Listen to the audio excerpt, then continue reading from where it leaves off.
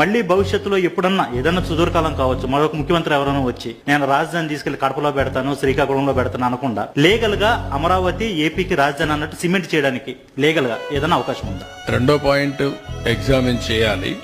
ఎవ్వరు కూడా మరీ ఇలాంటి మెంటల్ ఫెలోస్ వస్తే తప్ప ఇంతవరకు ఇండియా చరిత్రలో రాజధాని మారుస్తా అన్నాడు ఎవడు లేడు. స్వతంత్రం వచ్చిన తర్వాత ఎవరన్నా ఉన్నారా?